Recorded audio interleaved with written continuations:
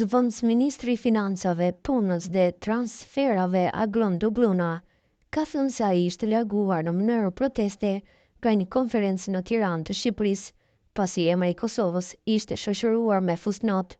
Pavarësisht kërkesës së të qartë dhe të drejtë për drejtë për të korrigjuar këtë paraqitje, ajo u injorua, duke shkelur frymën e bashkëpunimit, respektit dhe barazisë që promovuan vetë konferenca, shkroi Dobluna në Facebook. Konferenca për të cilën flet Dobluna ishte zhvilluar më 9 prill në Tiranë dhe ishte konferencë rajonale për kujdesin e fëmijëve. Në konferencën e titulluar për shpejtimi i reformave të kujdesit për fëmijët drejt anëtarësimit në Bashkimin Evropian, kishin marrë pjesë edhe përfaqësues nga Maqedonia e Veriut dhe Malizi, të pritur nga kryeministri i Shqipërisë Edi Rama. Më 24 shkurt të vitit 2012, në kuadër të dialogut për normalizimin e marrëdhënieve, Kosova dhe Serbia arritën një marrëveshje për përfaqësimin rajonal, që më vonë u bë e njohur si marrëveshja e fusnotës.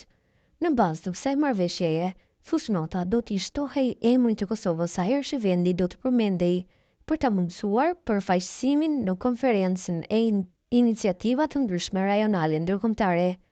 Ky përcaktim është pa paragjykime ndaj statusit dhe në përputhje me rezolutën 1244 të Këshillit të Sigurimit të OKB-s dhe me opinionin e Gjykatës Ndërkombëtare të Drejtësisë. Për aktin e shpalljes së pavarësisë së Kosovës, thuhet në marrëveshje. Dobluna tha se prania e fusnotës e detyroi atë të largohet dhe e la pa nënshkruar deklaratën e angazhimit nga vendet e Ballkanit Perëndimor për bashkëpunim rajonal në fushën e të drejtave të fëmijëve.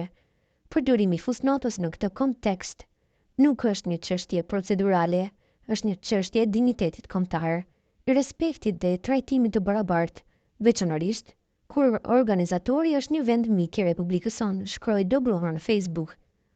Në vitet pas nënshkrimit të marrëveshjes, emri i Kosovës i bashkëngjitej gjithmonë edhe simboli i fusnotës në dokumentet e OKB-s, BE-s, institucionet e tjera ndërkombëtare. Në vitet e fundit, megjithatë në disa dokumente, si në rezolutën e Parlamentit Evropian apo në dokumentet e marrëveshjes së Ohrid për normalizimin e marrëdhënieve Kosovë-Serbi, fusnota nuk e ndiqte emrin e Kosovës.